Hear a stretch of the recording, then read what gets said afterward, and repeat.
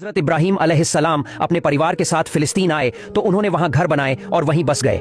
वहां उन्होंने इस्लाम का पैगाम दिया और इसमें उन्हें काफी कामयाबी भी मिली। बहुत सारे लोगों ने इस्लाम कबूल किया और उन्हें नबी मान लिया। ये जगह उनके लिए बहुत ही महफूज और सुकून देने वाली थी। लेकिन एक दिन अल्लाह ताला का हुक्म आया, ए इब्राहीम, तुम बाबिल जाओ और वहां के राजा नमरूद को इस्लाम की दावत दो। क्या बाबिल जाना है? हजरत इब्राहीम ने बिना कोई देर किए अल्लाह का हुक्म मान लिया। हालांकि उनकी बीवी सारा और बाकी साथियों ने कहा कि कुछ दिन रुक जाओ, लेकिन नबी ने किसी की एक न सुनी और सीधा बाबिल की तरफ निकल पड़े। कई दिन की मुश्किल यात्रा के बाद वो नमरूद के इलाके में पहुंच गए। उधर नमरूद, जो पहले से ही खुद को खुदा कहलवाना चाहता था, अब और भी ज्यादा घमंडी हो गया था। जब हजरत इब्राहीम उसके महल में पहुंचे और उसे इस्लाम की दावत दी तो नमरूद गुस्से से आग बबूला हो गया। वो जोर से चिल्लाया, इब्राहीम, तुम फिर आ गए? मुझे तंग मत करो। मैंने तुम्हारे खुदा को मार डाला है। मैंने तीर चलाया था और उसका खून सबने देखा। तुम्हारा खुदा अब नहीं रहा, और अगर अब भी तुमने मुझे तंग किया तो मैं तुम्हें भी खत्म कर दूंगा। हजरत इब्राहीम ने बहुत नरमी से जवाब दिया, ए नमरूद, जिस दौलत और ताकत पर तुम इतना घमंड कर रहे हो, वो सब कुछ उसी अल्लाह का दिया हुआ है। अगर वो चाहे तो सब कुछ एक पल में खत्म कर सकता है। उसके सामने कुछ भी छुपा नहीं है। अगर उसने तुम्हारे खिलाफ फैसला कर लिया तो तुम्हारी ये सारी ताकत और घमंड मिट्टी में मिल जाएगा। फिर उन्होंने कहा, समझ जाओ नमरूद, ये जिंदगी बहुत छोटी है और तुम्हारा आखिरी वक्त तब दूर नहीं है। मैं आखिरी बार तुम्हें सच्चाई की तरफ बुला रहा हूं। लेकिन नमरूद तो और गुस्से में आ गया और गरज कर बोला, इब्राहीम, अब या तो तुम और तुम्हारा खुदा मेरे इलाके से चले जाओ या फिर जंग के लिए तैयार हो जाओ। इब्राहीम अलैहिस्सलाम ने बहुत सादगी और हिम्मत से कहा, ठीक है नमरूद, अगर तुम मेरे अल्लाह से लड़ना चाहते हो तो बताओ कब और कहां। नमरूद बोला, बहुत बढ़िया, जंग के मैदान में सब कुछ तय होगा। फिर नमरूद ने अपने सारे सिपाहियों को हुक्म दिया कि जंग की तैयारी शुरू कर दो। पूरे देश में ऐलान हो गया। औरतें, बच्चे, जवान, सभी लोग मैदान की तरफ निकल पड़े। 2 दिन में बाबिल का खुला मैदान तंबुओं से भर गया। 1800 वर्ग मील तक उसकी फौज फैली हुई थी। ये बहुत बड़ी और जबरदस्त तैयारी थी। जब नमरूद ने अपनी फौज की पूरी तैयारी कर ली तो उसने हजरत इब्राहीम अलैहिस्सलाम को बुलवाया। जब नबी उसके सामने पहुंचे तो नमरूद ने मजाक उड़ाते हुए कहा, कहां है तेरा खुदा और कहां है उसकी फौज? सिर्फ बातों से कोई जंग नहीं जीत सकता। इस पर हजरत इब्राहीम अलैहिस्सलाम ने बहुत नरमी और यकीन के साथ कहा, तू जिस तैयारी के साथ मेरे अल्लाह से लड़ने आया है वो तो सच में हंसी की बात है। मेरा अल्लाह अगर चाहे तो एक छोटी सी मच्छर से तेरी पूरी फौज को पल में खत्म कर सकता है। क्या एक मच्छर? ये सुनकर नमरूद जोर से हंस पड़ा और घमंड में बोला, अगर तेरे अल्लाह में इतनी ताकत है तो बुला ले उसे। मैंने तो उसे पहले ही मार डाला था, और अगर उसके पास कोई सैनिक बचे भी हैं तो वो मेरे सामने टिक ही नहीं पाएंगे। झूठी बातों से मुझे डराने की कोशिश मत कर, वरना तेरे लिए बुरा होगा। अच्छा ये बता, तू क्यों नहीं मुझे ही खुदा मान लेता? अगर मान ले तो मैं तुझे 5 रियासतों का राजा बना दूंगा। ऐश कर, राज कर, खजाने तेरे कदमों में होंगे। और सुन, अगर चाहो तो 10 से 20 और रियासतें भी दे सकता हूँ। मैं कसम खाकर कहता हूँ, ये वादा पत्थर की लकीर है। और अगर तुझे यकीन ना हो तो मैं सब कुछ लिखित में दे देता हूँ। सोच ले, ये तेरा आखिरी मौका है। ये बातें सुनकर हजरत इब्राहीम अलैहिस्सलाम का चेहरा गुस्से से तप उठा। उन्होंने सख्त लहजे में कहा, ए अल्लाह के गजब के शिकार, तू मुझे दौलत और रियासत का लालच दे रहा है? तुझे क्या पता मैं कौन हूँ? मैं अल्लाह का नबी हूँ और नबियों की दुआ कभी खाली नहीं जाती। बच जा नमरूद, अल्लाह का कहर तेरे घमंड को मिट्टी में मिला देगा। इतना कहकर हजरत इब्राहीम अलैहिस्सलाम वहां से चले गए। वो अपने ठिकाने पर पहुंचे, वुजू किया, 2 रकात नमाज पढ़ी और नमरूद की तबाही के लिए अल्लाह से दुआ की। जैसे ही दुआ खत्म हुई, जिब्रील अलैहिस्सलाम हाजिर हुए और बोले, अल्लाह ने आपकी दुआ कबूल कर ली है। बताइए किस तरह का अजाब आप चाहते हैं? हजरत इब्राहीम ने कहा, मैं चाहता हूं कि अल्लाह अपनी सबसे छोटी मखलूक मच्छर से नमरूद की ताकत को मिटा दे। इस पर जिब्रील अलैहिस्सलाम ने कहा, अल्लाह ने आपकी बात को अहमियत दी है और मुझे ये काम सौंपा है। मैं परसों मच्छरों को बुलाऊंगा, लेकिन ये बताइए आपको क्या लगता है कितनी मच्छरें चाहिए होंगी? नबी ने जवाब दिया, मुझे सही संख्या तो नहीं मालूम, लेकिन लगता है कि हर सैनिक के लिए एक मच्छर जरूरी होगी। जिब्रील अलैहिस्सलाम ने कहा, अगर जनसंख्या के हिसाब से भेजना है तो लगभग 60 लाख मच्छरों की जरूरत होगी, लेकिन इसकी फिक्र आप न करें, मैं सब संभाल लूंगा। अब आप आराम करें और नमरूद को जाकर बता दें कि परसों मैदान में तैयार रहे। हजरत इब्राहीम अलैहिस्सलाम को तसल्ली मिली और वो लौटे। उन्होंने नमरूद को पैगाम भिजवाया कि वो अपनी पूरी फौज के साथ परसों मैदान में मौजूद हो। नमरूद को जैसे ही ये खबर मिली, उसने अपने वजीर हामान को तुरंत मैदान में भेज दिया। इसके बाद जो युद्ध की तैयारी अधूरी थी उसे भी जल्दी पूरी करने का सख्त हुक्म दे दिया गया। जैसे ही नमरूद का आपातकालीन आदेश मिला, सेनापति तुरंत दरबार में पहुंच गया और बोला, महाराज जरा बताइए ये लड़ाई किससे होगी और किस तरह से? नमरूद ने गहरी और गंभीर आवाज में कहा, मैं भी पूरी बात नहीं जानता, लेकिन इब्राहीम की बातों से लगता है कि इंसानी फौज से नहीं बल्कि मच्छरों जैसे किसी छोटे जीव से हमला होगा। फिर नमरूद बोला, तो सुनो, परसों सुबह सुबह युद्ध का बिगुल बजाना। ऐसा धमाका करना कि सारा मैदान गूंज उठे। अगर कोई छोटा जीव पास भी आने की कोशिश करे तो डर के मारे ही भाग जाए, और अगर फिर भी आ जाए तो दोनों हाथों से मार मार कर खत्म कर देना। भला मच्छरों में क्या ताकत होती है ये बताने की जरूरत नहीं, मुझे पूरा यकीन है आधे घंटे में सब खत्म कर दोगे और लौट आओगे। सेनापति ने यह सुना और निश्चिंत हो गया, मुस्कुराया और वहां से चला गया। इसी बीच एक दिन बीत गया, फिर आया जंग का दिन। सुबह सुबह नमरूद की फौज ने बिगुल और ढोल नगाड़े बजाकर पूरे मैदान को गूंजा दिया। तभी अचानक सबकी निगाहें आसमान की तरफ गईं। एक काले बादल जैसा कुछ बहुत तेजी से उनकी ओर आ रहा था। थोड़ी ही देर में वो बादल उनके सिर के ऊपर रुक गया। अब सब साफ देख पा रहे थे, वो कोई बादल नहीं था बल्कि मच्छरों का एक बहुत बड़ा झुंड था। उनकी भनभनाहट इतनी तेज थी कि सैनिकों की सारी आवाजें दब गईं। हर मच्छर उड़ता हुआ एक सैनिक के सिर पर बैठा, और जैसे ही उसने अपनी सूंड चमड़ी में डाली वो सैनिक वहीं गिर पड़ा। सिर्फ 10 मिनट में पूरी फौज गिर चुकी थी। मच्छरों ने खून पी लिया, दिमाग चूस लिया और फिर मांस तक खाना शुरू कर दिया। कुछ ही देर में मैदान में सिर्फ हड्डियां, बाल और नाखून बचे थे। हर मच्छर इतना खा चुका था कि वो मुर्गी जितना बड़ा दिखने लगा। नमरूद दूर से ये सब देख रहा था। डर के मारे भागकर बाबिल के महल में छिप गया। वो अकेला बैठा सोचने लगा, ये क्या हुआ? इतने छोटे जीवों ने मेरी पूरी फौज को मिटा दिया। तभी एक छोटी सी लंगड़ी मच्छर उड़ती हुई आई और उसके घुटने पर बैठ गई। नमरूद उसे घूरने लगा और सोचने लगा, क्या यही है जिसने सब खत्म कर दिया? जैसे ही उसने मच्छर को मारने के लिए हाथ बढ़ाया, मच्छर उसकी नाक में घुस गई, सीधा उसके दिमाग में, और फिर शुरू हुआ ऐसा दर्द जो बर्दाश्त के बाहर था। नमरूद पागलों की तरह अपने सिर पर घूंसे मारने लगा। तभी थोड़ा सुकून मिलता, जब रुकता तो दर्द फिर लौट आता। उसने लकड़ी के छोटे छोटे हथौड़े बनवाए ताकि खुद को मार सके। एक दिन और एक रात यूं ही बीत गई। फिर उसने एक नौकर रख लिया जो उसके सिर पर लगातार चोट करता रहे, तभी आराम मिलता। इसी बीच अल्लाह ने जिब्रील अलैहिस्सलाम को भेजा। उन्होंने हजरत इब्राहीम अलैहिस्सलाम से कहा कि अब नमरूद को दोबारा सच्चाई का रास्ता दिखाओ।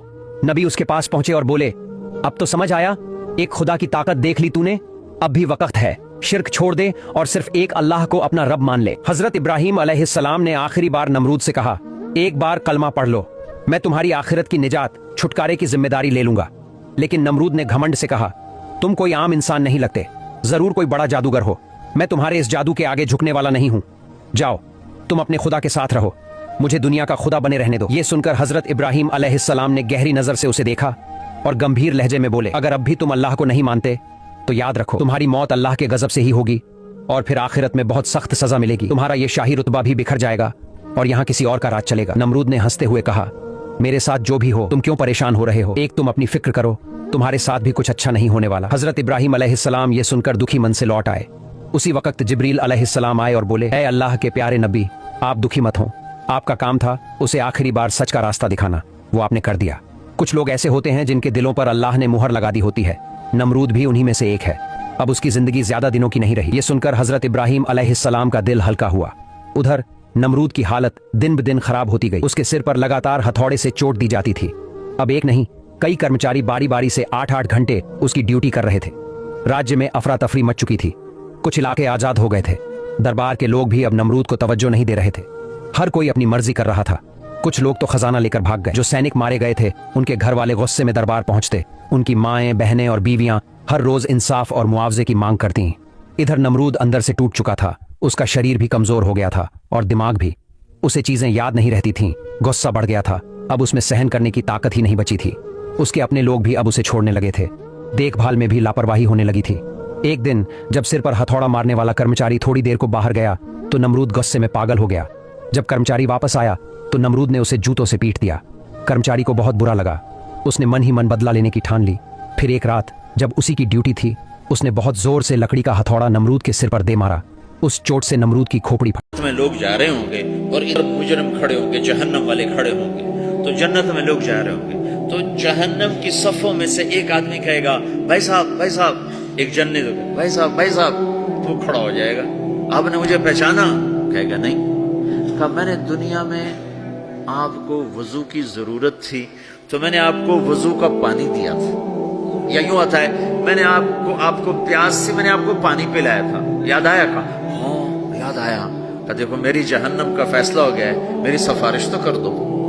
तो वो कहेगा, या अल्लाह, ये तेरे इस बंदे ने मेरे ऊपर एक एहसान किया है, मुझे याद दिलाया है, मेरा जी नहीं चाह रहा कि मैं इसके बगैर जन्नत में जाऊं। अल्लाह इससे भी मेरे साथ कर दे। तो अल्लाह फरमाएगा, चल तू ले जा, तेरे पीछे इसको भी कर देता हूं, ठीक है? मेरी सारी तबलीग मरदूद होगी। शोहरत ले गई, वाहवा ले गई,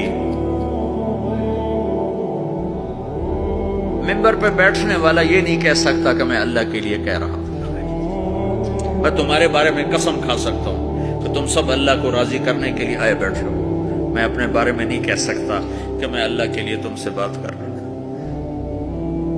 میں موت پہ مجھے پتا چلے گا کہ یہ مردود تھا یا مقبول ہے، یہ شہرت کا افسانہ تھا یا دین کی محنت تھی، یہ موت پہ پتا چلے گا، اس سے پہلے مجھے کچھ پتا نہیں۔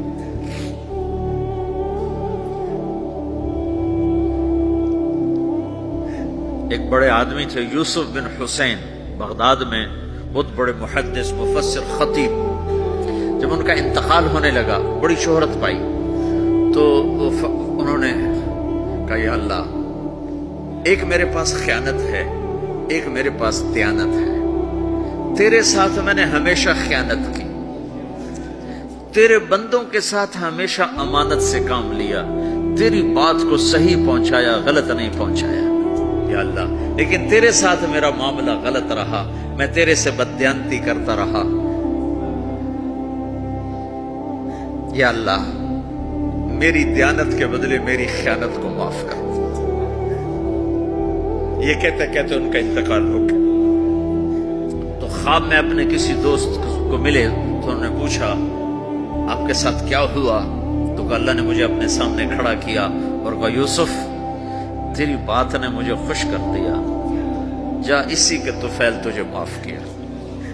بے شک میں تیری خیانت کو دیکھتا رہا، لیکن تیری دیانت کے بدلے تیری خیانت کو معاف کرتا۔ میری تبلیغ مردود ہو گئی، آپ کی تبلیغ مردود ہو گئی، آپ کھڑے ہو گئے مجرموں کے صف میں، آپ کے طفیل سینکڑوں آدمی جا رہے ہیں جنت میں، پانی پلانے والے کی سفارش قبول ہو جائے گی تو جس نے تمہیں جنت کا راستہ دکھایا اس کو بھی تو کچھ حق ہوگا کہ نہیں ہوگا؟ تو بھائیو، تم بڑی دور رہتے ہو، تبلیغ کے کام کو کام بنا کے کرو، اور کرنے والے کو آسمان سے نہیں اتریں گے اور بے عیب نہیں آئیں گے، یہی عیب دار۔ یہ تم اکثر ماشاءاللہ نوجوان بیٹھے ہو، یہیں کی پیداوار بیٹھے ہو، اکثر تم میں اب جو انڈیا سے آئے اور وہ تھوڑے ہو چکے ہیں، یہاں کی نئی نسل پروان چڑھ چکے۔ تبلیغ کا کام کرو، تمہاری زندگی بنے گی، سنورے گی، تمہاری اپنی اگلی نسلیں وہ اللہ کے فضل سے ایمان اسلام پہ باقی رہیں گی۔ اگر تبلیغ کی محنت مٹ گئی تو کچھ باقی ہاتھ میں نہیں رہے، کچھ ہاتھ میں نہیں رہے گا، اور اسے اپنا کام سمجھ کے کرو۔ اگر میں غلط آدمی ہوں تو میری وجہ سے تم نماز چھوڑو گے؟ باز میں نے تو نماز پڑھنا چھوڑ دی ہے۔ کیوں چھوڑ دی ہے؟ کہ وہ طارق جمیل کو دیکھا نمازی ہو کر وہ جھوٹ بولتا ہے تو میں نے نماز چھوڑ دی۔ کبھی دیکھا ایسا؟ جی میں نے تو حج کرنا چھوڑ دیا ہے۔ کیوں چھوڑ دیا ہے؟ کہ وہ حاجی صاحب حج کر کے بھی وہ ہیرا پھیری کرتا تو میں نے حج چھوڑ دیا۔ کبھی کوئی ایسا پاگل دیکھا ہے؟ صرف تبلیغ پہ آ کے نزلہ کرتا جی ہم نے تبلیغ چھوڑ دی۔ کیوں؟ تبلیغ والے ایسے ہیں تو کیا کرنی تبلیغ؟ اگر تو تبلیغ طارق جمیل کی ہے پھر تو مجھے تولو، اگر میں ٹھیک ہوں تو کرو، میں غلط ہوں تو چھوڑ دو۔ لیکن جب تبلیغ بھی اسی رب کا حکم ہے جس نے نماز کا حکم دیا، تبلیغ اسی رب کا حکم ہے جس نے روزے کا حکم دیا، تبلیغ اسی نبی کا امر ہے جس نے ہمیں شریعت دی ہے، تو مجھے کرنا ہے۔ سارے تبلیغ والے برے ہوں مجھے کرنا ہے، سارے تبلیغ والے اچھے ہوں مجھے کرنا ہے، سارے مسلمان کوئی اچھے ہیں، اکثریت تو بروں کی ہے، تو ہم کلمہ بھی چھوڑ دیں، پھر اسلام بھی چھوڑ دیں کہ مسلمان بہت برے ہیں اسلام چھوڑ دو۔ میں یہ دعویٰ تو نہیں کرتا ہوں، ہدایت اللہ کے ہاتھ میں ہے۔ جتنے بیرون ملک گئے مسلمان، اگر ان کے اخلاق ہوتے میرے نبی والے تو اسلام یوں پھیلتا جیسے صبح صادق کی روشنی پھیلتا۔ اللہ سے پہلے کچھ نہیں، اللہ کے بعد کچھ نہیں، اللہ کے اوپر کچھ نہیں، اللہ سے چھپا ہوا کچھ نہیں، اللہ جیسا کوئی نہیں، اللہ کی مثال کوئی نہیں، اللہ کا مثل کوئی نہیں، اللہ شکل سے پاک ہے، اللہ رنگ روپ سے پاک ہے، اللہ زوال ذوف سے پاک ہے، اللہ ظلم جہل سے پاک ہے، اللہ کے خزانوں کی حد نہیں، اللہ کی شہنشاہی کی حد نہیں، اللہ کی طاقت کی حد نہیں، اللہ کی قدرت کی حد نہیں، اللہ کی بادشاہی کی حد نہیں، اللہ کے علم کی حد نہیں، اللہ کی رحمت کی حد نہیں، اللہ کی قدرت کی حد نہیں، اللہ کی جباری کی حد نہیں، اللہ کی جبروت کی حد نہیں، اللہ کی قہاری کی حد نہیں، اللہ کی وسعتوں کی حد نہیں، وہ لا مکان و لا زمان ہے، وہ سوتا نہیں، لا تاخذہ سنہ، وہ اونگتا نہیں، لا تاخذہ سنہ، وہ سوتا نہیں، ولا نوم، اس نے ساری کائنات کو لاکھ کی تلوار سے مٹا دیا اور کاٹ دیا۔